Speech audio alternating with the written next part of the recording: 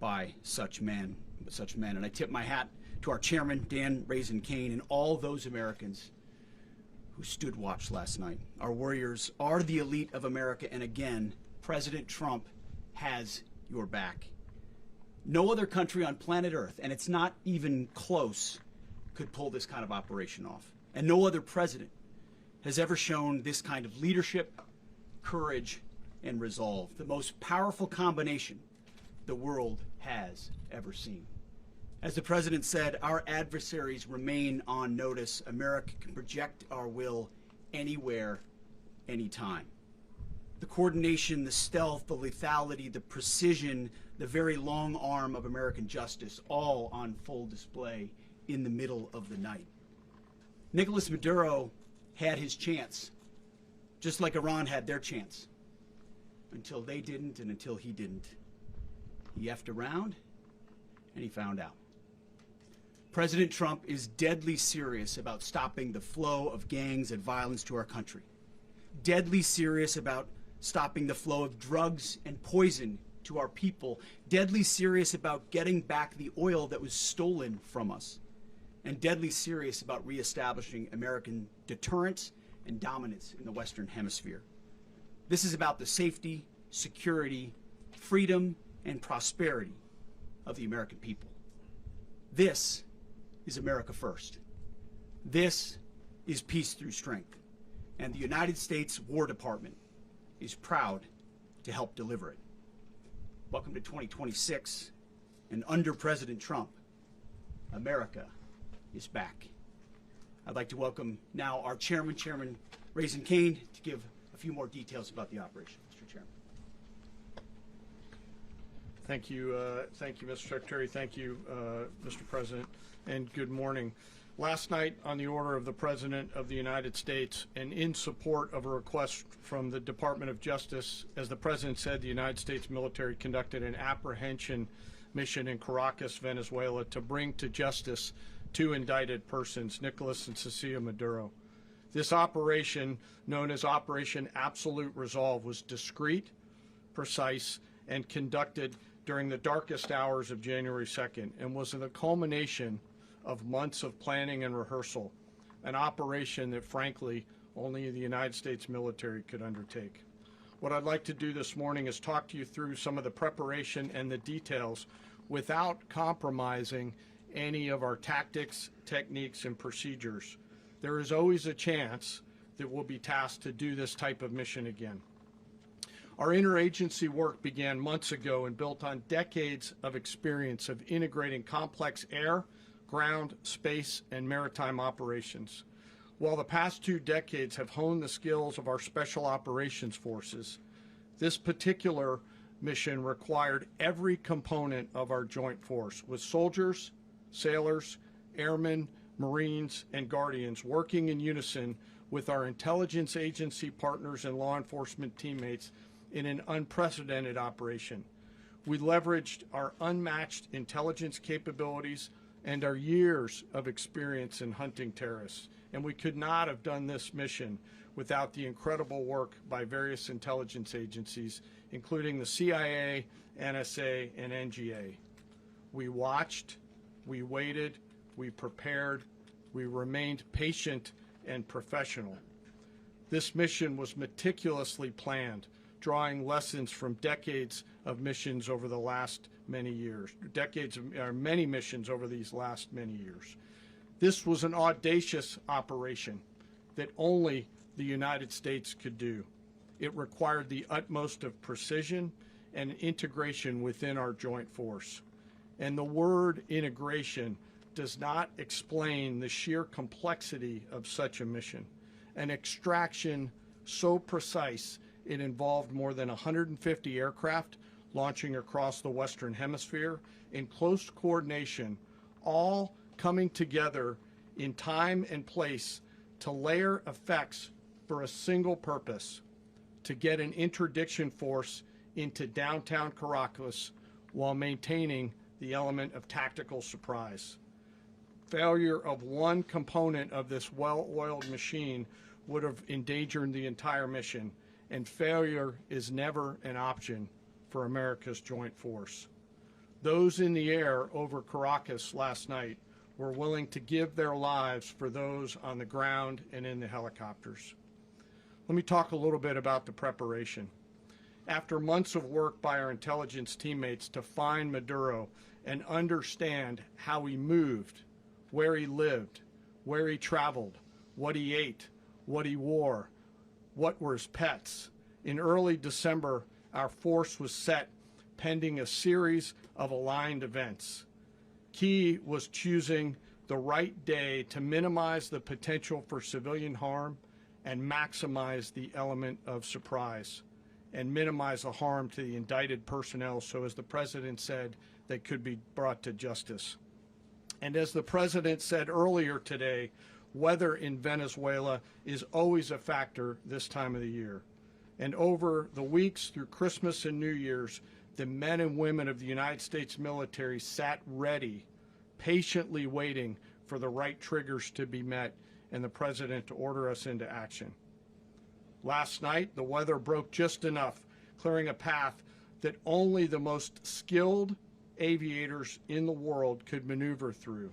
Ocean, mountain, low cloud ceilings, but when tasked with a mission, this organization does not quit.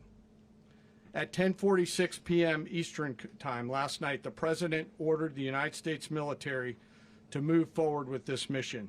He said to us, and we appreciate it, Mr. President, good luck and Godspeed. And those words were transmitted to the entire joint force.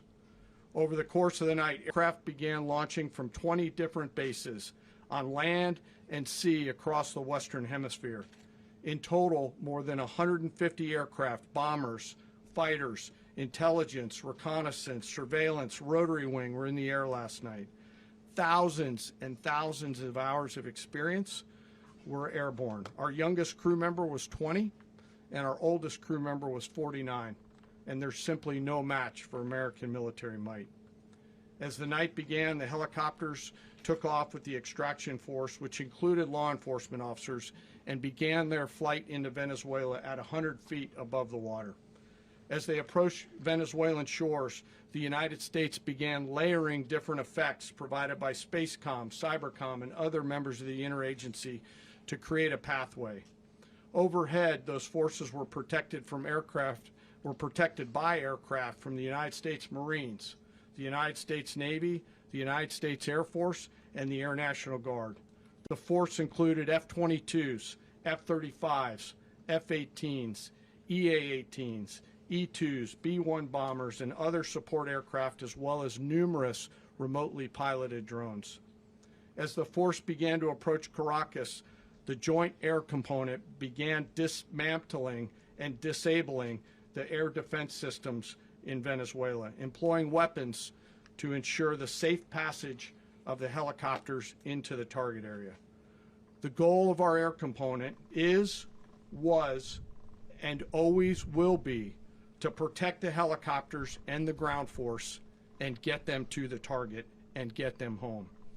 As the force crossed the last point of high terrain where they'd been hiding in the clutter, we assessed that we had maintained totally the element of surprise.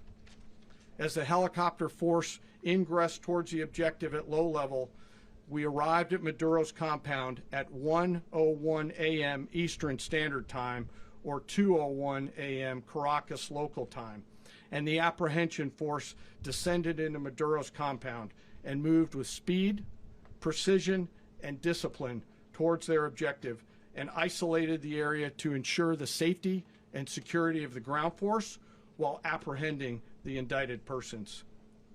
On arrival into the target area, the helicopters came under fire, and they replied with that fire with overwhelming force in self-defense. One of our aircraft was hit but remained flyable, and as the President said earlier today, all of our aircraft came home, and that aircraft remained flyable during the rest of the mission. As the operation unfolded at the compound, our air and ground intelligence teams provided real-time updates to the ground force, ensuring those forces could safely navigate the complex environment without unnecessary risk. The force remained protected by overhead tactical aviation. Maduro and his wife, both indicted, gave up, and were taken into custody by the Department of Justice, assisted by our incredible U.S. military with professionalism and precision, with no loss of U.S. life. After securing the indicted persons, the force began to prep for departure. Helicopters were called in to exfiltrate the extraction force, while fighter aircraft and remotely piloted aircraft provided overhead coverage and suppressive fire. There were multiple self-defense engagements as the force began to withdraw out of Venezuela. The force successfully exfiltrated and returned to their afloat launch bases, and the force was over the water at 3:29 a.m. Eastern Standard Time with indicted persons on board. And both Maduro and his wife were embarked aboard the USS Iwo Jima. In closing, what we've witnessed today is a powerful demonstration of America's joint force. We think, we develop, we train, we rehearse, we debrief, we rehearse again and again, not to get it right, but to ensure that we cannot get it wrong. Our jobs are to integrate combat power so when the order comes, we can deliver overwhelming force at the time and the place of our choosing against any foe anywhere in the world. I am immensely proud today of our joint force and filled with gratitude to represent them here today. There is simply no mission too difficult for these incredible professionals and the families that stand by them and support them. As we stand here this morning, our forces remain in the region at a high state of readiness, prepared to project power, defend themselves, and our interests in the region. This operation is a testament to the dedication and unwavering commitment to justice and our resolve to hold accountable those who threaten peace and stability. In closing, I want to express my heartfelt gratitude to the brave men and women who executed this mission. Their courage and tireless commitment to our nation are what makes us strong. Thank you, Mr. Secretary, and thank you, Mr. President. Thank you very much. Well, I don't have much to add to what you've heard now, other than the following points. Nicolás Maduro was indicted in 2020 in the United States. He is not the legitimate president of Venezuela. That's not just us saying it. The first Trump administration, the Biden administration, the second Trump administration, none of those three recognized him. He's not recognized by the European Union and multiple countries around the world. He is a fugitive of American justice with a $50 million reward, which I guess we saved $50 million.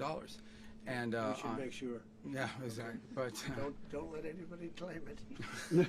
Nobody deserves it but us. But I want to be clear about one thing. Nicolás Maduro had multiple opportunities to avoid this. He was provided multiple very, very, very generous offers and chose instead to act like a wild man, chose instead to play around. And the result is what we saw tonight.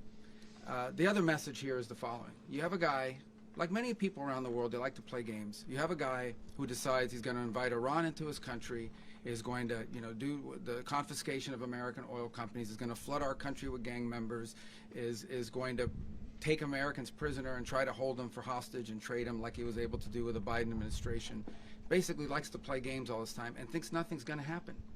And I hope what people now understand is that we have a president. The 47th president of the United States is not a game player. When he tells you that he's going to do something, when tells you he's going to address a problem, he means it. He actions it. I can tell you, I've watched this process now for 14, 15 years, been around it. Everybody talks, I'm going to do this, I'm going to do that. When I get there, we're going to do this, we're going to take. This is a president of action.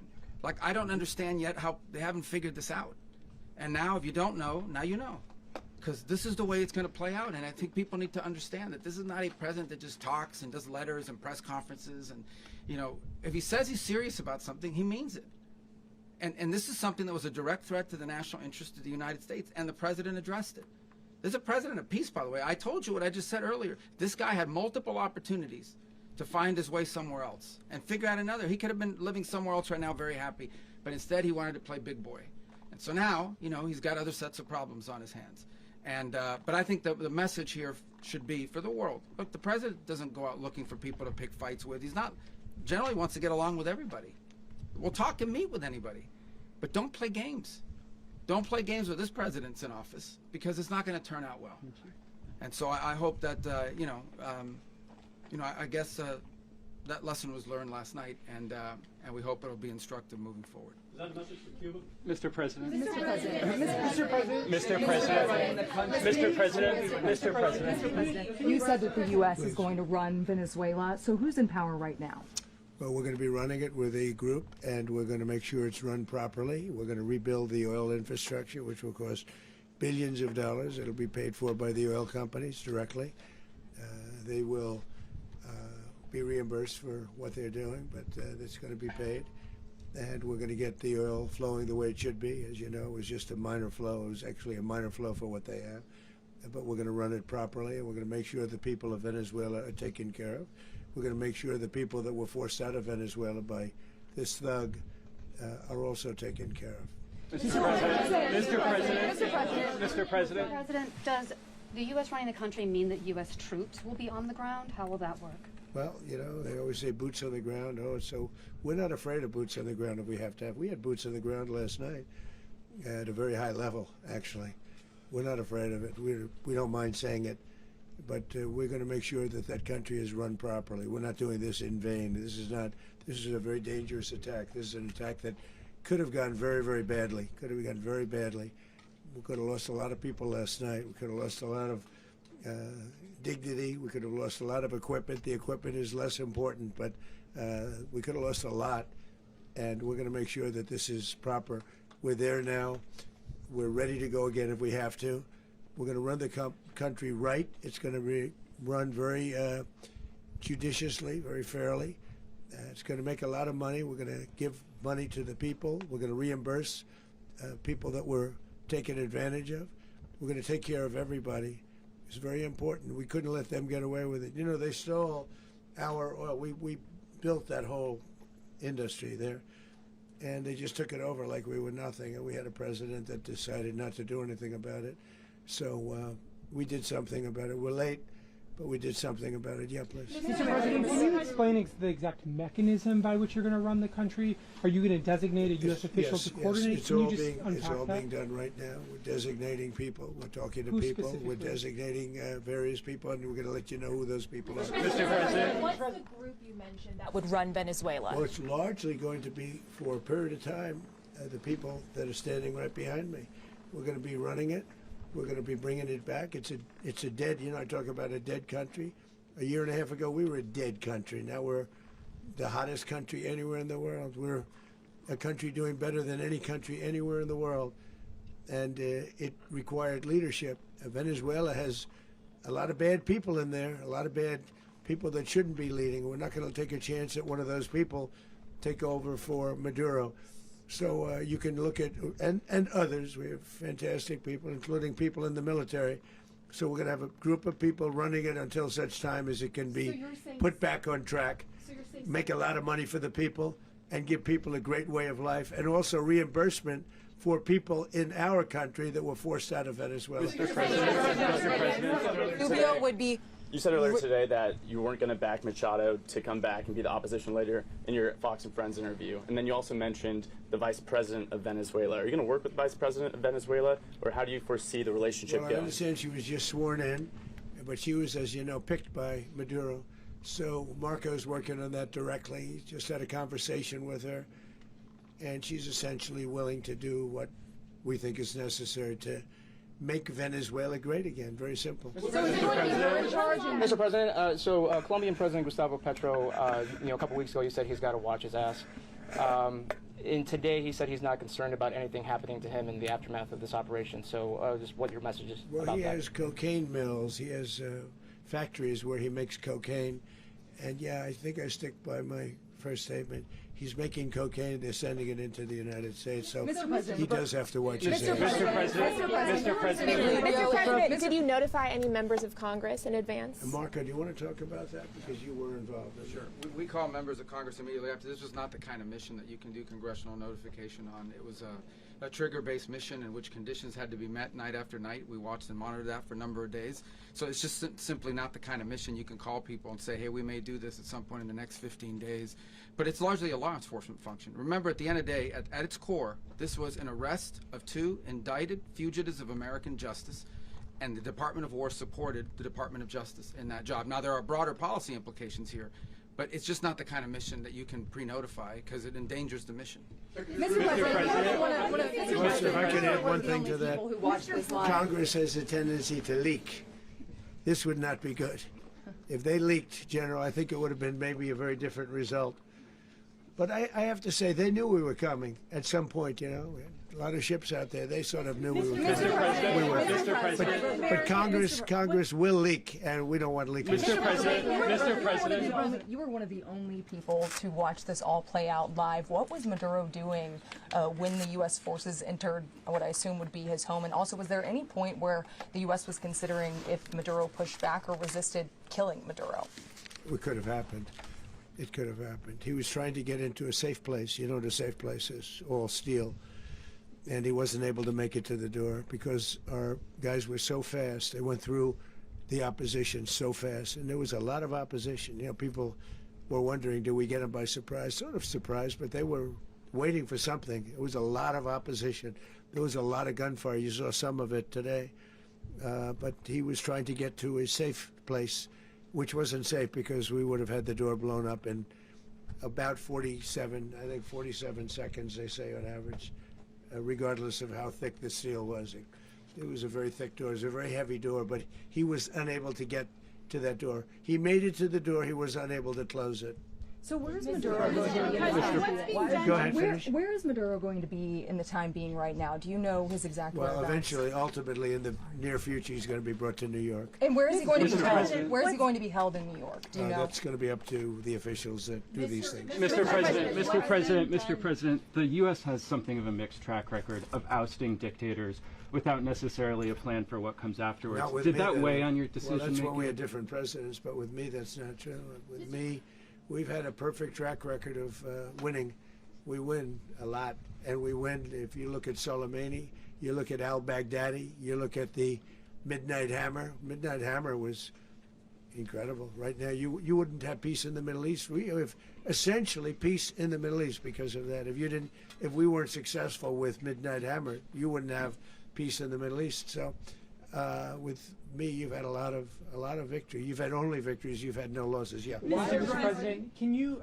How long do you expect the U.S. to run Venezuela, and how soon do you want the Venezuelan people to hold elections? So I'd like to do it quickly, but it takes a period of time. You know, we're rebuilding. We have to rebuild their whole infrastructure. The infrastructure is rotted. It's actually very dangerous. It's blow-up territory. Oil is very dangerous. It's a very dangerous thing to take out of the ground. It can kill a lot of people. It has killed a lot of people doing just that. The infrastructure is old. It's rotted. Much of it is stuff that we put there 25 years ago, and we're going to be replacing it. And we're going to take a lot of money out so that we can take care of the country. Are you saying that Secretary Rubio and Mr. President, China, Russia, and Iran have interests in Venezuela. How does this operation affect your relationships with them when it comes to the oil and drugs? In terms of China and Russia, Russia when we get things straightened out. But in terms of other countries that want oil, we're in the oil business. We're going to sell it to them. We're not going to say we're not going to. In other words, we'll be selling oil. Probably in much larger doses because they couldn't produce very much because their infrastructure was so bad. So we'll be selling large amounts of oil to other countries, many of whom are using it now, but I would say many more will come. Are you saying that, Mr. President, are you saying that? Mr. President, thank you. What is your message to the people of Venezuela today? Of course, the civilian population specifically, they have a lot of questions. What is your message to the people of Venezuela? That you're going to have peace, justice. You're going to have some of the riches that you should have had for a long period of time. It was stolen from you. But you're going to have peace and you're going to have safety. You're going to have justice. You're going to have a country. You're going to have a real country. You're going to have potentially a great country. You know, if you go back 20 years, maybe even a little longer ago, that was a great country. And they destroyed it. Remember I said that if we lose this election, the United States will be Venezuela on steroids. that's what would have happened. Had we lost the election, the 2024 election, we suffered so badly. When you look at the border from 2020, what they did, what Joe Biden administration did to our country should never be forgotten. But if we had to go through another year of that, we would be exactly where Venezuela was in terms. I used to say, if they win, we're going to be Venezuela on steroids, and that's what would have happened. President, thank you. Are you saying that Secretary Hegseth and Rubio are going to be running Venezuela, and will you be sending in U.S. military They're going troops to be to a team provide? that's working with the people of Venezuela to make sure that we have Venezuela right. Because for us to just leave, who's going to take over? I mean, there is nobody to take over. You have a vice president who's been appointed by Maduro. And right now she's the vice president, and she's, I guess, the president. She was sworn as president just a little while ago. She had a long conversation with Marco, and she said, we'll do whatever you need. I think she was quite gracious, but she really doesn't have a choice. We're going to have this done right. We're not going to just do this with Maduro, then leave like everybody else, leave and say, let it go to hell. If we just left, it has zero chance of ever coming back.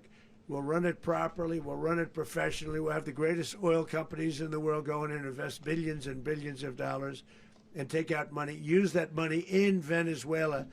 And the biggest beneficiary are going to be the people of Venezuela. And also, I can't stress this strongly enough, the people that got thrown out of Venezuela that are now in the United States, and frankly, some want to stay and some probably want to go back. Yeah. So, Mr. President, what's being done to protect Americans in the country, and were any of the detained Americans Well, right now they're rescued very last protected night? because nobody's going to mess with us. They're very protected. The people of, and we let them know that you better not touch one of them. Are you concerned that bad elements of the Maduro regime will remain in place? Well, we know who they are. We're on them, and they're acting much differently now than they would have acted 2 days ago. And what can you Okay, say wait, about behind you, please. Mr. President, why is running a country in South America America first? Well, I think it is because we want to surround ourselves with good neighbors. We want to surround ourselves with stability. We want to surround ourselves with energy. We have tremendous energy in that country. It's very important that we protect it. We need that for ourselves. We need that for the world.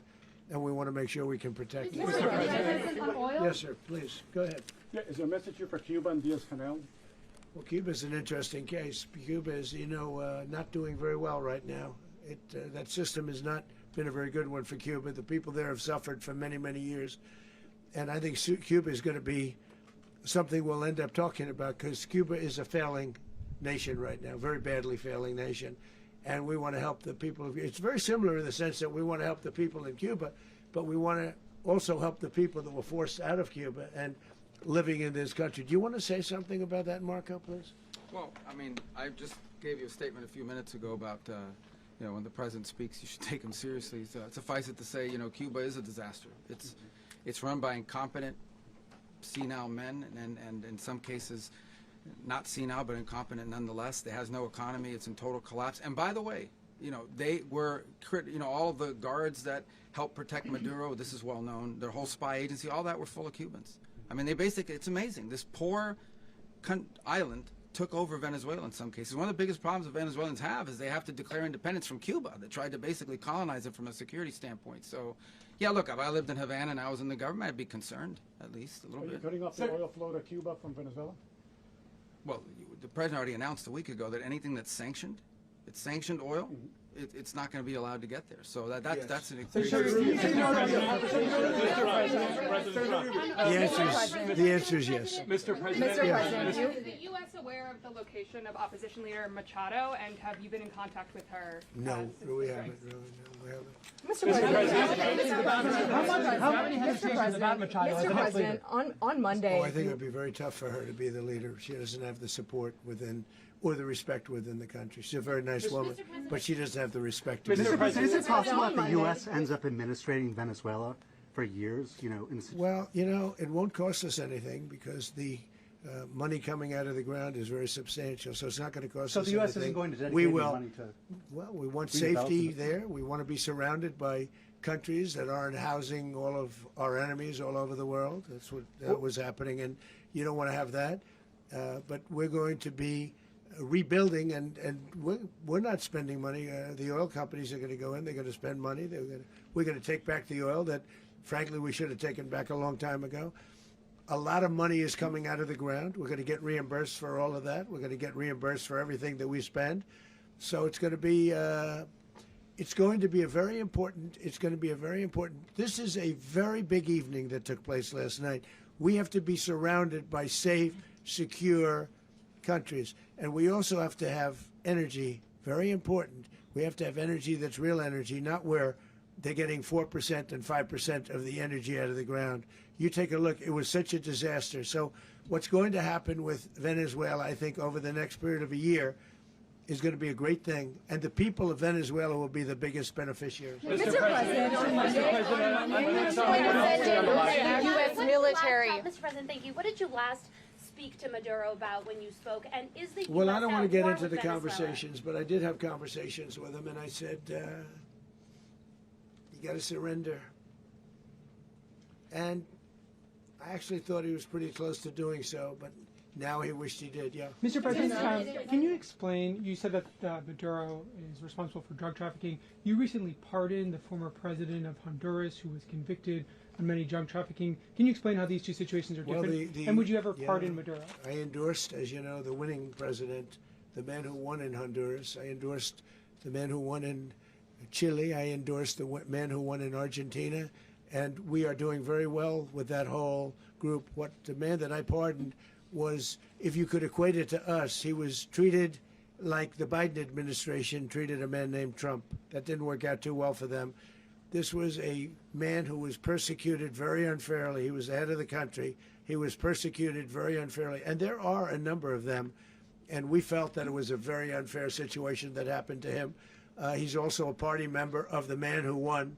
So obviously the people liked what I did. And one of the reasons that was done is because of the fact that the party in power felt very strongly that that man was treated very badly. I studied it very quickly, and then I studied it in great detail.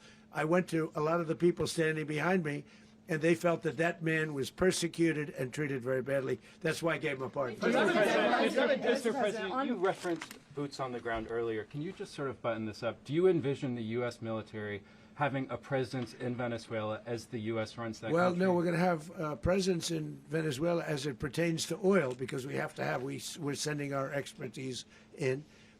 So you may need something, not very much. But no, we're going to be taking out a tremendous amount of wealth out of the ground. And that wealth is going to the people of Venezuela and people from outside of Venezuela that used to be in Venezuela. And it goes also to the United States of America in the form of reimbursement for the damages caused us by that country. So I want to thank you all very much. Thank you. Do you have one? Yes, please. You were so nice before. I'm going to give you the final question. Go Thank ahead. you, Mr. Unless it's a bad question, in which case I'll go one word. It's about who? It's about Putin, if you want. About Putin? Well, okay. That's always nice. You had a to talk phone. about Putin. You had a phone call with him on Monday. Did he talk at all about Maduro? Did y'all talk about this? No, we didn't. And We then, never spoke about Maduro. Are you mad at him right now? I mean, there's this I'm not intelligence. thrilled with Putin. I'm not thrilled with Putin. He's killing too many people. There was that I intelligence. thought that would be so.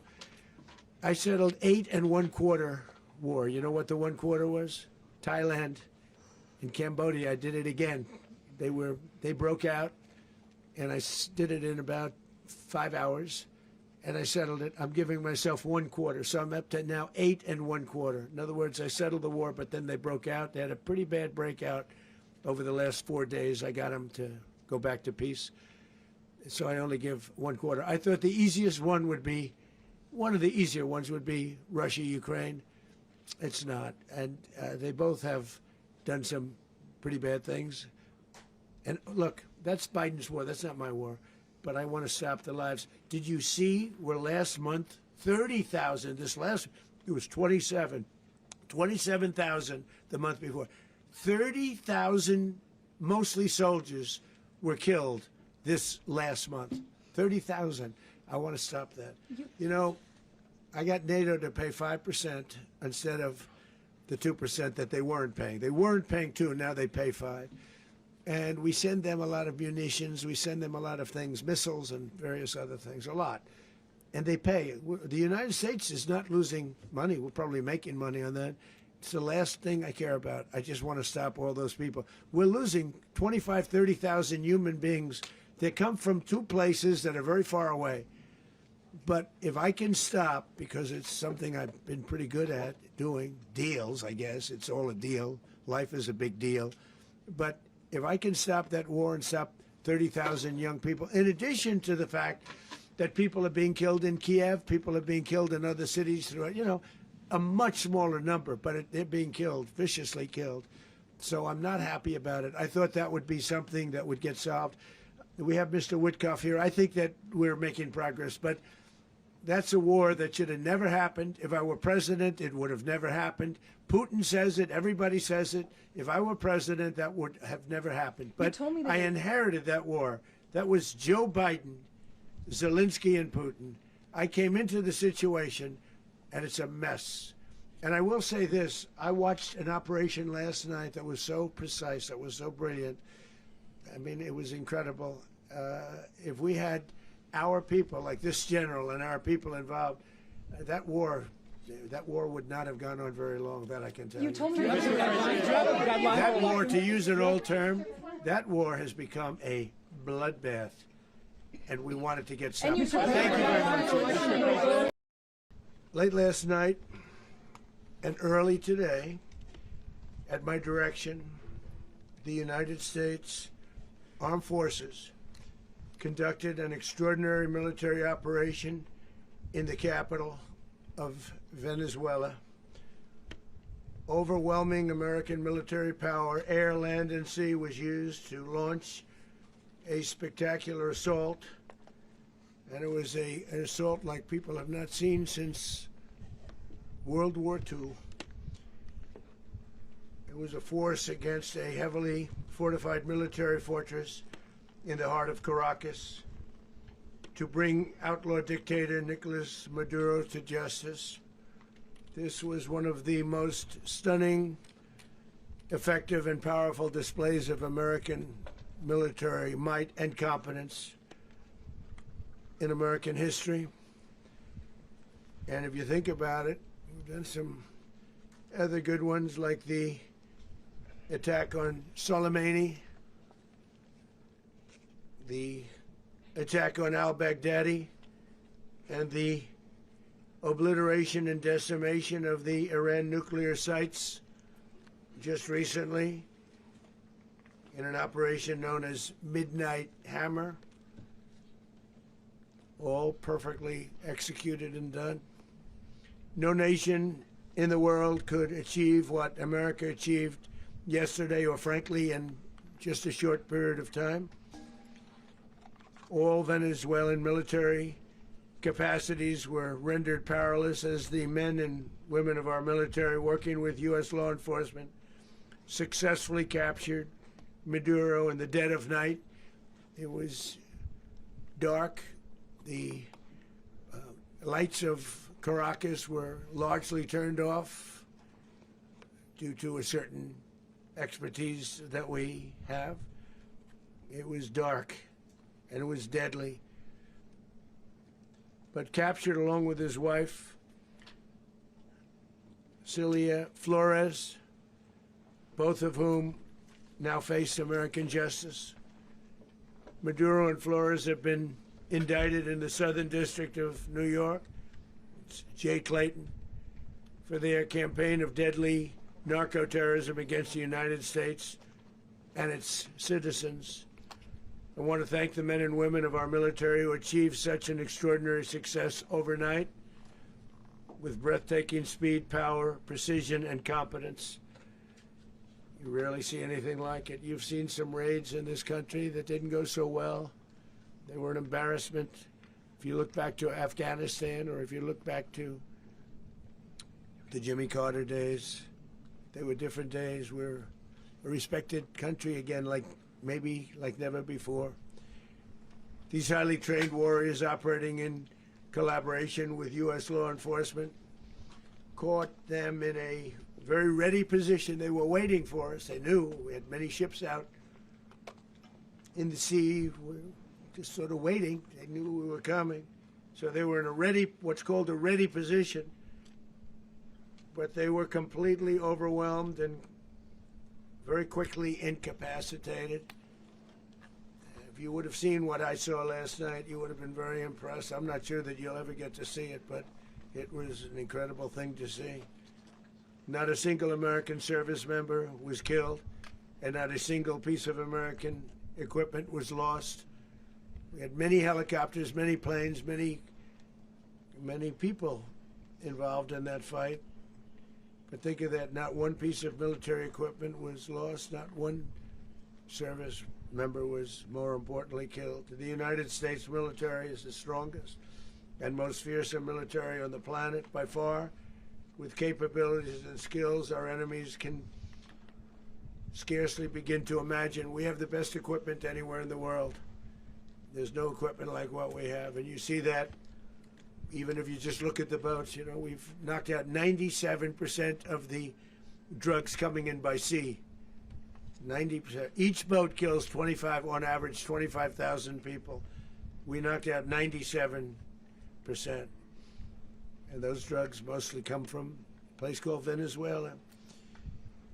We're going to run the country until such time as we can do a safe, proper, and judicious transition. So we don't want to be involved with having somebody else get in, and we have the same situation that we had for the last long period of years. So we are going to run the country until such time as we can do a safe, proper, and judicious transition. And it has to be judicious, because that's what we're all about. We want peace, liberty, and justice for the great people of Venezuela, and that includes many from Venezuela that are now living in the United States and want to go back to their country. It's their homeland. We can't take a chance that somebody else takes over Venezuela that doesn't have the good of the Venezuelan people in mind. We've had decades of that. We're not going to let that happen.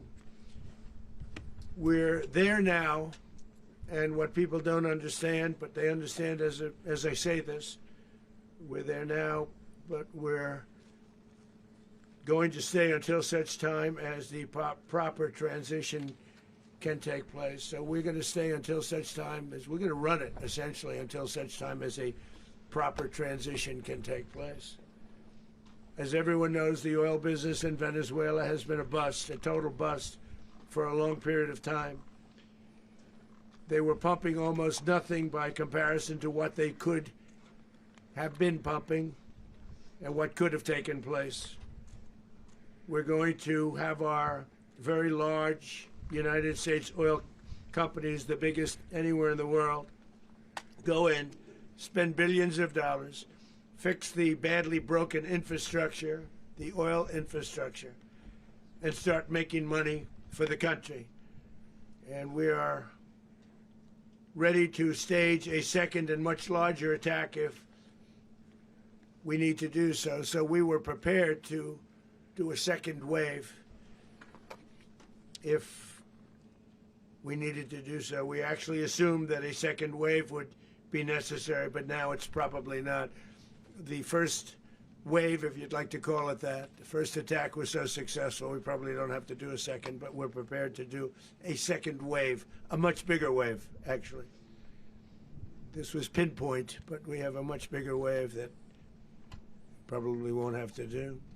This partnership of Venezuela with the United States of America, a country that everybody wants to be involved with because of what we were able to do and accomplish, will make the people of Venezuela rich, independent, and safe. And it will also make the many, many people from Venezuela that are living in the United States extremely happy. They suffered. They suffered. So much was taken from them. They're not going to suffer anymore. The illegitimate dictator Maduro was the kingpin of a vast criminal network responsible for trafficking colossal amounts of deadly and illicit drugs into the United States. As alleged in the indictment, he personally oversaw the vicious cartel known as Cartel de las Solas. which flooded our nation with lethal poison, responsible for the deaths of countless Americans, the many, many Americans, hundreds of thousands over the years of Americans died because of him. Maduro and his wife will soon face the full might of American justice and stand trial on American soil. Right now they're on a ship. They'll be heading to ultimately New York, and then a decision will be made, I assume, between New York and Miami or Florida. But we have people where the overwhelming evidence of their crimes will be presented in a court of law. And I've seen it. I've seen what we have. It's both horrible and breathtaking that something like this could have been allowed to take place. For many years after his term as president of Venezuela expired, Maduro remained in power and waged a ceaseless campaign of violence, terror, and subversion against the United States of America, threatening not only our people, but the stability of the entire region. And you all saw it. In addition to trafficking gigantic amounts of illegal drugs that inflicted untold suffering and human destruction all over the country, all over in particular the United States, Maduro sent savage and murderous gangs, including the bloodthirsty prison gang Tren de Aragua, to terrorize American communities nationwide, and he did indeed. They were in Colorado. They took over apartment complexes. They cut the fingers off people if they call police. They were brutal, but they're not so brutal now. And I just have to congratulate our military, Pete and everybody, and our National Guard, because the job that they've done, whether it's in Washington, D.C., where we have a totally safe city, where it was one of the most unsafe cities anywhere in the world, frankly, and now we have no crime in Washington, D.C. We haven't had a killing. We had the terrorist attack a few weeks ago. A little bit of a different kind of a threat, but we haven't had a killing in a long period of time, 6-7 months. We used to have two, on average, 2 a week in Washington, our capital. We don't have that anymore. The restaurants are opening. Everyone's happy. They're going, they're walking their daughters, they're walking their children, their wives, they walk to restaurants. Restaurants are opening all over Washington, D.C. So I want to thank the National Guard, I want to thank our military, and I want to thank law enforcement. Been amazing. And they should do it with more cities. We're doing it, as you know, and we're doing it in Memphis, Tennessee right now, and crime is down. We've just sort of started a few weeks ago, but crime is down now 77%.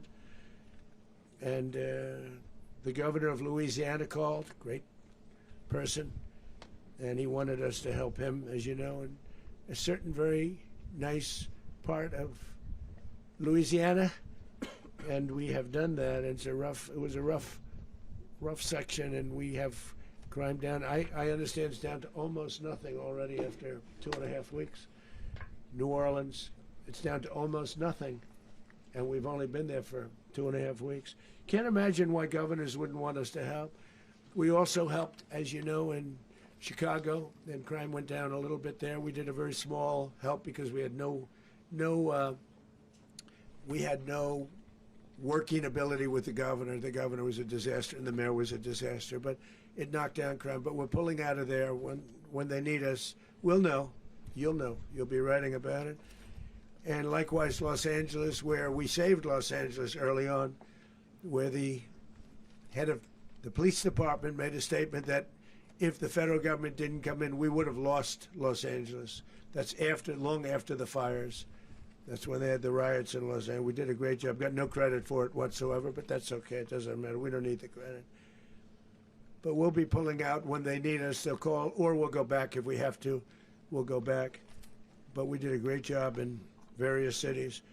But the place that we're very proud of is Washington, D.C., because it's our nation's capital. We took it from being a crime-ridden mess to being one of the safest cities in the country. But the gangs that they sent raped, tortured, and murdered American women and children. They were in all of the cities I mentioned. Tren de Aragua, and they were sent by Maduro to terrorize our people, and now Maduro will never again be able to threaten an American citizen or anybody from Venezuela. There will no longer be threats. For years I've highlighted the stories of those innocent Americans whose lives were so heartlessly robbed by this Venezuelan terrorist organization. Really one of the worst. One of the worst, they say the worst. Americans like 12-year-old Jocelyn Nungary from Houston. Beautiful Jocelyn Nungary, what happened to her? They, as you know, they kidnapped, assaulted, and murdered by Tren de Aragua animals. They murdered Jocelyn and left her dead under the bridge. There was a bridge that will never be the same to so many people after seeing what happened. As I've said many times, the Maduro regime emptied out their prisons, sent their worst and most violent monsters into the United States to steal American lives. And they came from mental institutions and insane asylums. They came from prisons and jails. The reason I say both, they sound similar. Actually, prisons, a little bit more hostile, a little bit tougher. A mental institution isn't as tough as an insane asylum, but we got them both. They sent from their mental institutions. They sent from their jails, prisons. They were drug dealers. They were drug kingpins. They sent everybody bad into the United States, but no longer. And we have now a border where nobody gets through. In addition, Venezuela unilaterally seized and stole American oil, American assets, and American platforms, costing us billions and billions of dollars. They did this a while ago, but we never had a president that did anything about it. They took all of our property. It was our property. We built it. And we never had a president that decided to do anything about it. Instead, they fought wars that were 10,000 miles away. We built Venezuela oil industry with American talent, drive, and skill, and the socialist regime stole it from us during those previous administrations, and they stole it through force. This constituted one of the largest thefts of American property in the history of our country. Considered the largest theft of property in the history of our country. Massive oil infrastructure was taken like we were babies, and we didn't do anything about it. I would have done something about it. America will never allow foreign powers to rob our people or drive us back into and out of our own hemisphere. That's what they did. Furthermore, under the now deposed dictator Maduro, Venezuela was increasingly hosting foreign adversaries in our region and acquiring menacing offensive weapons that could threaten U.S. interests and lives. And they used those weapons last night. Potentially in league with the cartels operating along our border. All of these actions were in gross violation of the core principles of American foreign policy, dating back more than 2 centuries. And not anymore. All the way back, it dated to the Monroe Doctrines. And the Monroe Doctrine is a big deal, but we've superseded it by a lot, by a real lot. They now call it the Monroe Document. I don't know. It's Monroe Doctrine. We sort of forgot about it. It was very important, but we forgot about it. We don't forget about it anymore. Under our new national security strategy, American dominance in the Western Hemisphere will never be questioned again. Won't happen. So just in concluding, for decades, other administrations have neglected or even contributed to these growing security threats in the Western Hemisphere. Under the Trump administration, we are reasserting American power in a very powerful way in our home region. And our home region is very different than it was just a short while ago. The future will be, and we did this in my first term. We had great dominance in my first term, and we have far greater dominance right now. Everyone's coming back to us. The future will be determined by the ability to protect commerce and territory and resources that are core to national security. These are core to our national security. Just like tariffs are, they've made our country rich, and they've made our national security stronger than ever before. But these are the iron laws that have always determined global power. And we're going to keep it that way. We will secure our borders. We will stop the terrorists. We will crash the cartels. And we will defend our citizens against all threats, foreign and domestic. Other presidents may have lacked the courage or whatever to defend America. But I will never allow terrorists and criminals to operate with impunity against the United States.